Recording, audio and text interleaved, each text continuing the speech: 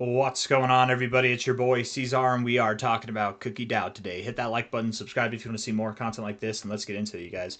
So I think it's time to panic. We should just panic sell everything, and we're probably going to zero. This project is screwed. No, that's not the case, guys. We're down. Are you kidding me? Are you kidding me? Come on now. Look, we're down a little bit today. Whatever. You're down 11%. If you bought the highs, you're the only person that's in trouble, right? But we've been talking about this thing since it was at 19 cents, since it was at 20 cents, since it went below.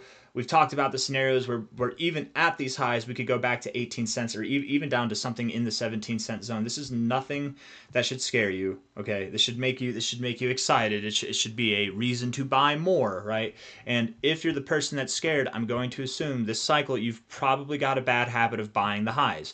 How do I know that? I don't know. Maybe just from personal experience, right? The only time whenever I was starting out in crypto that I was fearful of a coin dropping 11% after I bought it was because I bought the highs, right? Um, oftentimes, oftentimes these kind of scenarios where you feel like you have to buy before something is about to take off, it's going to take off rather immediately. Oftentimes, if you just wait, you will have an opportunity. But of course, if you can't wait, if you're like me and you can't control yourself and you just want to buy the top, that's okay. That's okay if you want to do that. But then you have to accept the volatility, right? Anytime that I buy a relative high, and I do it all the time. You can watch my channels. I will buy relative highs, and sometimes they retrace, sometimes they continue growing. That happens. But every time I buy, I tell myself, I'm okay if it goes down here. That's not a problem. I'm buying here knowing full well the risks because it can go down there and still form a higher low in this overall trend. Oops, that was not meant to happen. And then be strong and positive from there and grow, right? What we do have is some sort of like a flat top right here. Come on now, man. I don't know why this thing's doing this to me. Flat top there, and then ascending lows here. I'm not drawing the best straight lines, but you can kind of see what I'm going for. It's a very bullish structure there, you guys. It's not anything to be worried about. The 4-hour RSI is more bullishly postured than it is bearishly postured right now, but we could go lower. This could be it. This could be the low right here, but from a high to a low right there, we're at about, hold on now. Hold up now. Hold up. Wait. We're at about the zero point 0.5 on the fibs, right? From a low to a high. Statistically speaking, we are likely to go lower down to about 19.5 to 18.99 cents. This is where I made my first purchase, was in this range here. My second purchase was basically where we're at now. And if by the most fortunate chance we happen to go lower than both of them, I will only buy more. I'm only going to buy more. I'm definitely not selling. I don't think it's wise for anybody to sell. Not financial advice, not a financial advisor, but I mean, hell, man, Coinbase literally announced right here that they are going to list Cookie, right? That's what's going to happen. They've got a roadmap to list Cookie, and when they say stuff like that, they normally mean it.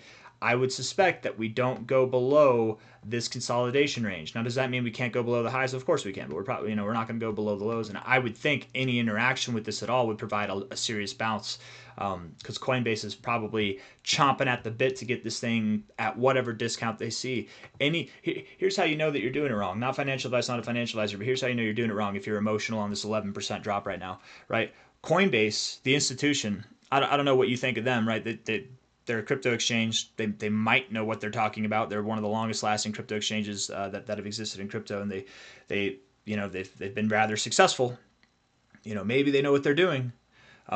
If they're looking at this thing as a good buying opportunity, and they said that at lower prices than it is now, what do you think they're thinking today after it pumped and it dropped 11%? They're like, go a little bit lower. We want to buy some more. They're chomping at the bit, man. So if the institutional players in crypto are thinking like this, what does that tell you as a retail investor, or maybe a new investor in crypto? I don't know what your status is, right? But just a new investor in crypto, or somebody who's worrying, because I'm only assuming that the people who are worrying right now are new investors in crypto. Anybody who's seasoned, that this this is a fart in the wind, man. 11.6% is nothing to cry over at all. And again, the institutions are definitely, they're probably chomping at the bit here. And I say institutions, I just mean Coinbase. That's my assumption. That's not, I can't validate that, right? I don't have them on the phone telling me, oh yeah, we want to buy it right here. I don't know that for sure, but I think it's easy to connect these dots, right? I don't think I'm reaching out too far on a limb here.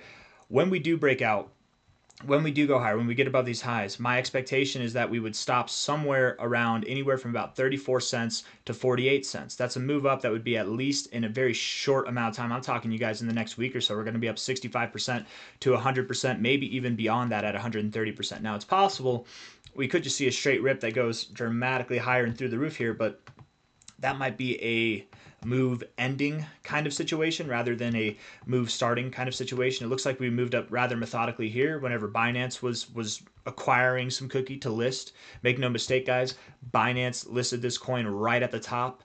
When do you think they started acquiring cookie, right? Was it a straight shot up the whole time? I mean, hell, from a low to a high, that was a 40 something X in the course of, from November 24th to January 10th. Basically, yes, you moved up straight the whole time, but there were moments of retracements. Moments even in this 40x move where from a high to a low, you pulled back 51%.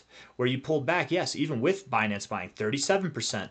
And I wonder how these humongous drops happened. I wonder if there's any purpose behind it. Could it be to shake out the weak hands and let the institutional players scoop it up? I think so. And once they had their fill, once they had their scoop, they sent it to the moon.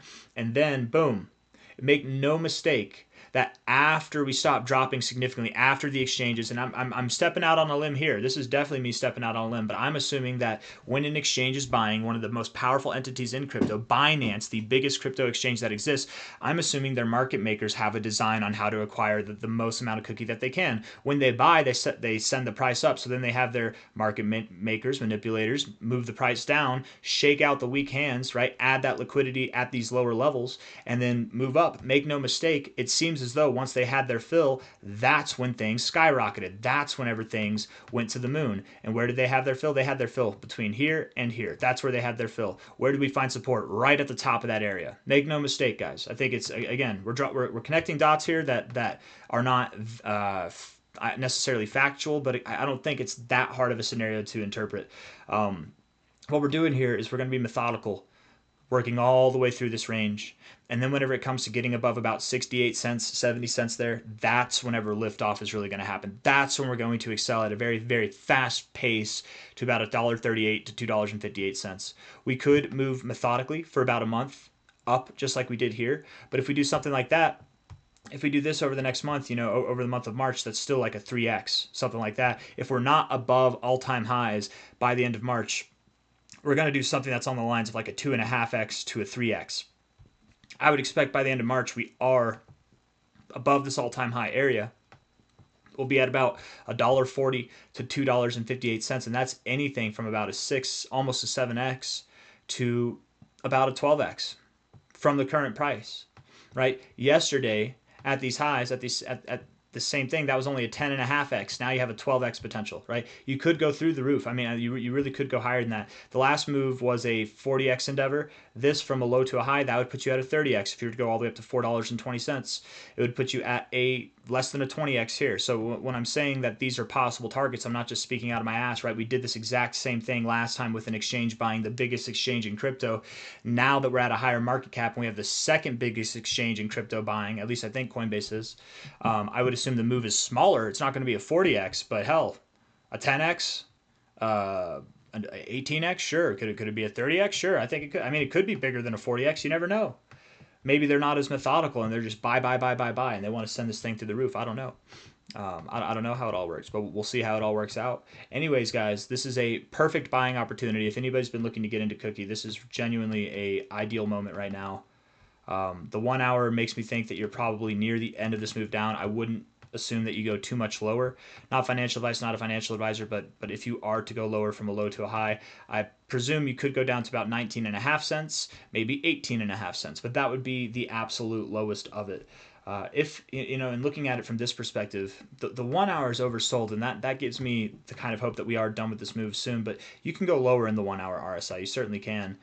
If we draw a trend line here on these lows, it would seem to me like you're at the base and you would move up from here. But how you're interacting with these fibs is not conducive to a bounce. I feel like you would have bounced already if you wanted to. So while I was just literally like 10 seconds ago saying that I think we move up from here, I do think we move up from. We could move up from here, but I think that we might actually move down to 19.5 cents right here at these prior areas of resistance, forming a base to form support on, and then over the next week, we're going to be working our way up to prices that are above 26 cents, 30 cents, 40 cents, and beyond. I've got nothing else for you guys. If you like the video, hit the like button, subscribe if you want to see more content like this, and please, just if you're feeling emotional, just don't make financial decisions. It's okay to feel emotional. It's okay, but don't make financial decisions based on emotion. right? The same people. And what I mean by this, we can do this very, very clear, right? The people who are emotional right now and freaking out and they want to panic sell this thing, I'm going to assume, right?